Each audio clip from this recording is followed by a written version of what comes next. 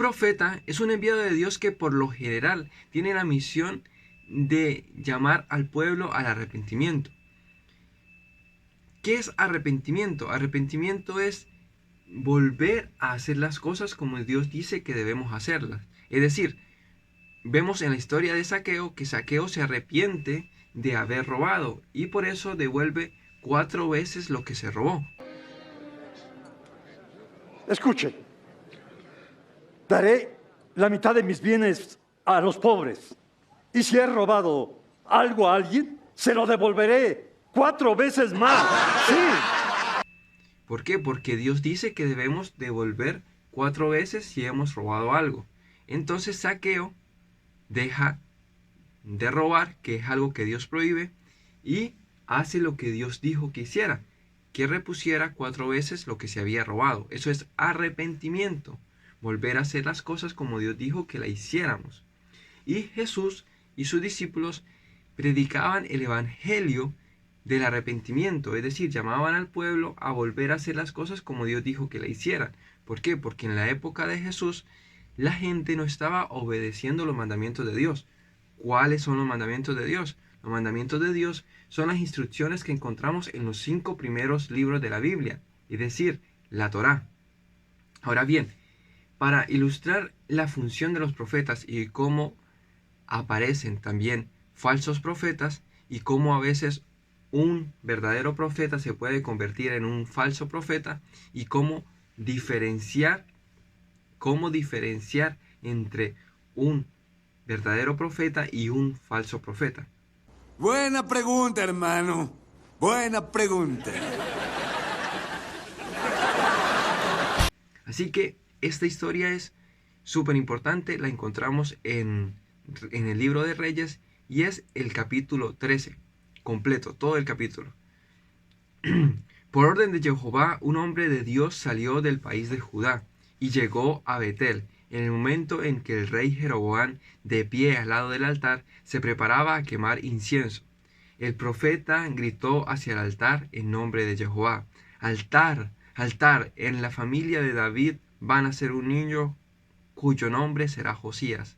Él matará sobre este altar a los sacerdotes y manchará el altar quemando sobre él huesos humanos.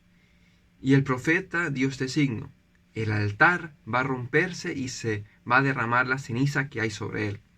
Cuando el rey oyó las palabras del hombre de Dios, y en este caso tenemos que dar contexto de la historia. Esto está ocurriendo en el reino del norte. ¿Cómo es esto? El rey Salomón gobernó sobre las 12 tribus de Israel. Las 12 tribus de Israel son los 12 hijos de Jacob, al que se le cambió el nombre por Israel. Entonces sus 12 hijos formaron las 12 tribus en Egipto y las 12 tribus salieron de Egipto. Al llegar a la tierra prometida, lo que era la tierra de Canaán, ellos hicieron sus poblaciones.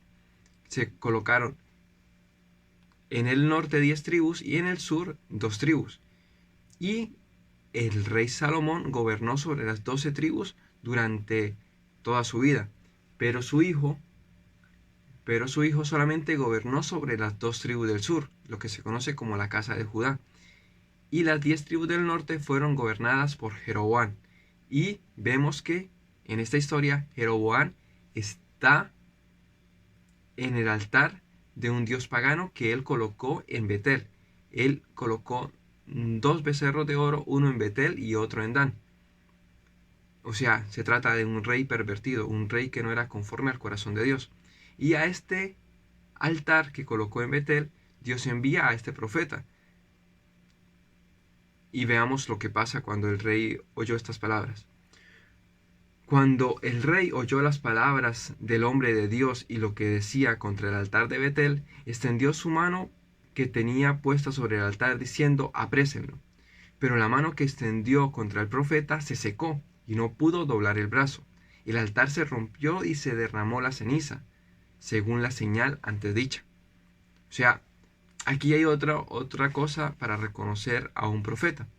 Los profetas dan un signo de que la profecía que ellos dijeron se va a cumplir. En este caso el signo es que el altar se iba a partir así de la nada, o sea, se iba a partir de la nada y iba a derramar la ceniza.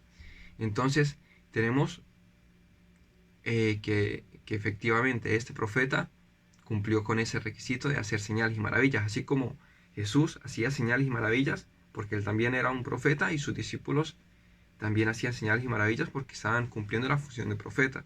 O sea, Jesús no solamente es nuestro Salvador y no solamente murió por nuestros pecados en la cruz, sino que también era un profeta, es decir, alguien que nos llamaba al arrepentimiento. A ver, continuamos con la historia. El rey dijo al hombre de Dios: por favor, suplica a Jehová tu Dios y ruega por mí para que pueda doblar mi brazo. O sea, él le extendió la mano, se le quedó seca y ya no la podía doblar. Entonces él le dice al profeta que, bueno, que ruegue por delante de Dios, y el profeta le hace caso. El profeta dice aquí: el hombre suplicó a Jehová y el rey pudo doblar el brazo, quedando como antes.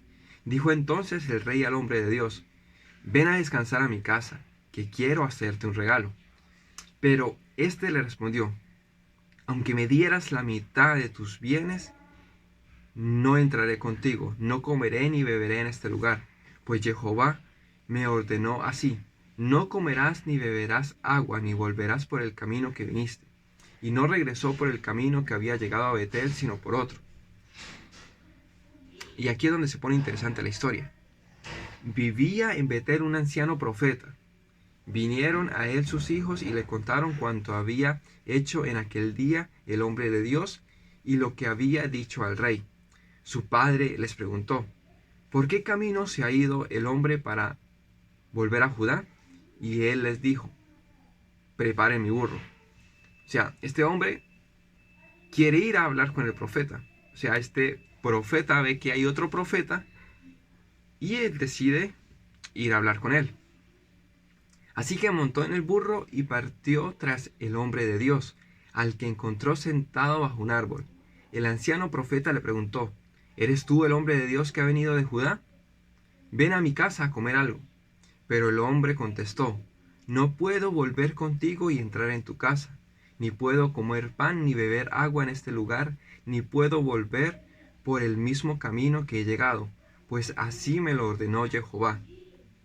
Pero el anciano replicó mintiéndole: también yo soy profeta como tú, y por orden de Jehová un ángel me ha dicho: haz volver contigo para que coma y beba agua. Hazlo volver contigo para que coma y beba agua. Se volvió pues el hombre con él y comió pan y bebió agua en su casa.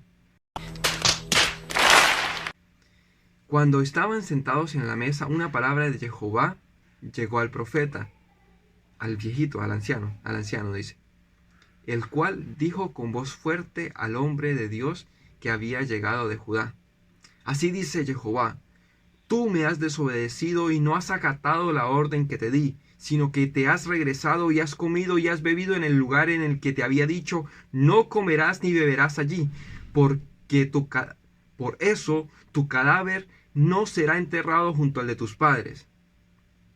Cuando se levantaron de la mesa, el anciano le preparó un burro y partió el que había venido de Judá. Mientras iba, un león lo sorprendió y lo mató, y su cadáver quedó sobre el camino. El burro se quedó junto a él y el león también. Unos hombres que pasaban vieron el cadáver tendido junto al camino y al león que estaba junto a él. Llegando a la ciudad en que vivía el anciano profeta, contaron lo que habían visto. Cuando éste lo supo, exclamó: este es el hombre de Dios que desobedeció a la orden de Jehová. Por eso Jehová lo entregó al león, que lo ha herido y muerto conforme a lo que había anunciado. Y mandó a sus hijos que prepararan el burro, y estos se lo aparejaron. Partió pues y encontró el cadáver tendido en el camino, y al burro y al león que permanecían junto a él. El león no había devorado el cadáver, ni había destrozado al burro. Y aquí vemos que es un milagro, o sea,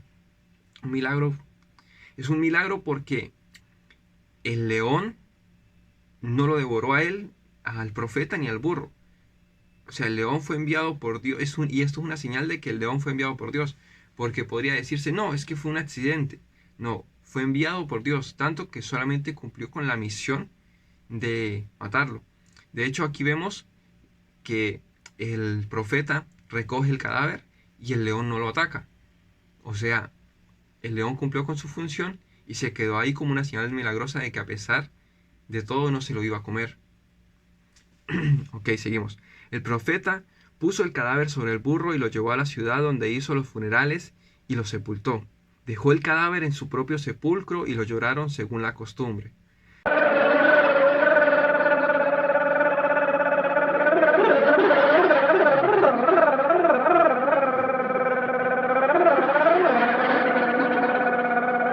Ay, hermano mío.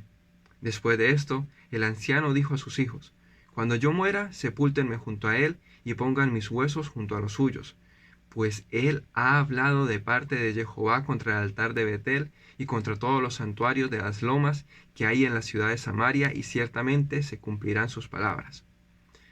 Ok, aquí es importante analizar la historia y ver cómo actúa un verdadero profeta y un falso profeta. En este caso, el verdadero profeta no cambia su manera de pensar. Él sigue la instrucción de Dios, porque Dios no cambia. Dios no va a decir que hagamos algo y después nos va a decir que no lo hagamos. Es decir, por ejemplo, si Dios nos dice que la manera correcta de prestar el dinero es prestarlo sin interés a nuestros hermanos, Ah, caray. Eso sí me interesa, ¿eh? esa es la manera en que debemos prestar dinero. Y si Dios dice que le podemos cobrar intereses a los extranjeros, esa es la manera en que debemos tratar a los extranjeros. Y eso no cambia. Y eso no cambia. ¿Qué ocurre cuando nosotros cobramos interés a nuestros hermanos? Pues destruimos la misma economía que nos rodea y trae malas consecuencias. Debido a los intereses en los bancos, en muchos casos existen problemas económicos en los países. ¿Por qué? Porque las personas, para pagar los intereses, se endeudan aún más y terminan perdiendo hasta las cosas que compraron con el dinero que el banco les prestó. Hasta acá me llega el olor a la pobreza. Por eso muchas personas perdieron sus granjas en los Estados Unidos y muchas personas han perdido sus casas en España y en otros muchos lugares. ¿Por qué? Porque dentro de nuestros propios países estamos prestando dinero con interés.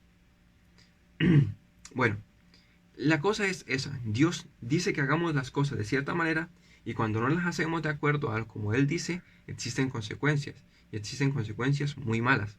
En este caso, al profeta se le dijo que no comiera ni bebiera ahí y que no regresara por el mismo camino. Esto se lo dijo Dios para cuidarlo. ¿Por qué? Porque, como ven, el rey Jeroboam dice al final de la historia, dice, lo que es Jeroboam siguió su mal camino. Continuó tomando gente del pueblo para que fuera sacerdote de los santuarios de las lomas. A cualquiera que se presentaba lo consagraba sacerdote, aunque no fuera de la tribu de Leví. Entonces vemos que Jeroboam era alguien malvado. Y él no tenía por qué ir a comer a la casa de Jeroboam porque seguramente lo iba a envenenar o seguramente lo iba a matar. Vaya, no encuentro fallas en su lógica. Es decir, Dios le dio, y también le dijo que no volviera por el mismo camino para que no lo mataran por el camino, no lo mandara a matar porque no se sabía por dónde iba a regresar. Entonces Dios le da instrucciones para cuidar de su vida y este profeta no la sigue, pero no por culpa de él, sino por culpa de un falso profeta. Y vemos que decía que había un profeta anciano en aquel lugar. Y ese profeta anciano en algún momento profetizó de parte de Dios. Pero algo pasó, no sabemos qué fue lo que pasó en su mente, pero él quiere hacer algo bueno. O sea, vemos la historia y el profeta no era malo. Él quería hacer algo bueno, él quería darle comida y bebida a un profeta de Dios. El problema es que él contradijo a Dios. Entonces, eso es lo que muchas veces pasa en las iglesias y en nuestro mundo. Miren, existen personas con buenas intenciones, pero que están contradiciendo a Dios. Existen muchas personas que dicen que ya no tenemos que guardar el día sábado. Y lo hacen para que supuestamente no estemos atados al sábado. Pero el sábado es algo que Dios inventó, es algo que es bueno. Todos deberían de tener un día completo de 24 horas en el cual su principal anhelo sea conocer a Dios. Su principal anhelo sea amar a Dios y amar su palabra y amar al prójimo. Entonces, cuando tú le quitas a la gente la posibilidad de no trabajar, de no comprar nada, de no hacer absolutamente nada durante 24 horas, las personas se alejan de Dios y no conocen a Dios, no aman a Dios lo suficiente. Y muchos dicen, no, pero entonces el día sábado, el sábado de los judíos, porque dicen como si el sábado fuera de los judíos, no es de los judíos, es de Dios. El sábado es de Dios. Y no fue entregado solamente a los judíos, fue entregado a todo Israel. Entonces, cuando dicen, no, el día sábado fue cambiado al día domingo. Bueno, ¿cuántas de esas personas cumplen el sábado en el día domingo? O sea, en el sábado está prohibido trabajar, está prohibido comprar, está prohibido llevar a cabo negocios durante el sábado. ¿Están haciendo eso el día domingo? Los católicos dicen que el día domingo es el nuevo sábado. Bueno, ¿y cuántos católicos compran cosas los domingos? Si ellos guardaran el domingo como si fuera el sábado, entonces no comprarían cosas los domingos. Y yo no sé, pero hasta sería una bendición que ellos hicieran eso durante todo un día. O sea, durante todo un día no se vendiera ni se comprara nada. Conocerían mucho más de la palabra y les iría bien. Yo me imagino que sí. Pero como ellos no siguen las cosas como Dios dijo, que no compraran nada, ni vendieran nada, ni hicieran ningún trabajo, ni hicieran trabajar a ningún animal, ni a ningún siervo durante el sábado, vemos que existe gente esclavizada que tiene que trabajar los 7 días de la semana. Yo lo he visto gente que tiene que trabajar porque es el único lugar donde consiguió trabajo, es la única manera de poder mantener a su familia y tienen que trabajar los 7 días de la semana. ¿Eso qué es? Esclavitud. No tienen tiempo para nada, no tienen tiempo para absolutamente nada. Les dan libre solamente el día del cumpleaños. De los 365 días del año, el único día que tienen libre estas personas es el día de su cumpleaños. Si es que corren con la suerte de que les den libre el día del cumpleaños. Pero si siguiéramos la ley de Dios, nadie trabajara el sábado. La gente no abriría una tienda el día sábado porque nadie va a ir a comprarles, porque nadie compraría el día sábado. ¿Qué harían? Leerían la ley de Dios. Amarían la ley de Dios. Y este mundo sería un mejor mundo. Pero tenemos a estas personas bien intencionadas que están contradiciendo a Dios. Y que al final de los tiempos dirán lo mismo que dijo el profeta anciano cuando vio muerto al otro profeta. Ay, hermano mío. Entonces, vemos aquí que esto nos recuerda las palabras de Jesús. Jesús le dijo a los fariseos que los fariseos no seguían la ley de Dios, los fariseos seguían sus propias leyes. Por eso es que Jesús los criticaba tanto. Y él les dijo: no sabes lo que hablas. Hay de ustedes que recorren el mar y la tierra para ganar solo un adepto. Y una vez hecho, lo convierten en hijo del infierno 2 veces más que ustedes. Desgracia. Es decir, estas personas que dicen que no hay que seguir la ley de Dios, se esfuerzan muchísimo por que las personas se conviertan a Dios. Pero después de que las convierten a Dios, les dicen que Dios abolió su propia ley y que ya no debemos seguir la ley de Dios, de que ya no debemos seguir las cosas buenas que Dios nos dijo que hiciéramos. Y terminan volviendo a estos discípulos de ellos 2 veces más hijos del infierno que ellos. ¿Por qué? Porque una cosa es usted decirlo de su propio sentir y es mucho peor cuando Usted lo dice porque se lo enseñaron. ¿Ve? Porque usted dice, esta es una buena persona que me está convirtiendo, pero a la vez esta persona te está enseñando el mal. Entonces en tu cabeza está como que lo que me está enseñando esta persona debe ser bueno porque es una buena persona. Así como el profeta anciano era un profeta, lo que me está diciendo debe ser verdad. Pero no, está contradiciendo a Dios y por tanto es malvado. Bueno, este ha sido el video de esta semana. Espero que hayan entendido lo importante de esto. Lean los mandamientos de Dios. Muchas personas dicen, no, que no hay que seguir los mandamientos de Dios, pero ni siquiera los conocen. Léanlos, son leyes muy buenas. Son leyes sobre el dinero, cómo tratar al prójimo y cómo tratar a Dios. Y son cosas importantes de nuestra vida. Estas 3 cosas son muy importantes de nuestra vida. Y más te vale que las conozcas. Si te gustó el video, por favor suscríbete al canal, compártelo con todas aquellas personas que tú creas que les gustan este tipo de cosas. Y ya sabes, dedica un día, al menos un día a la semana, a conocer de Dios y amar a Dios.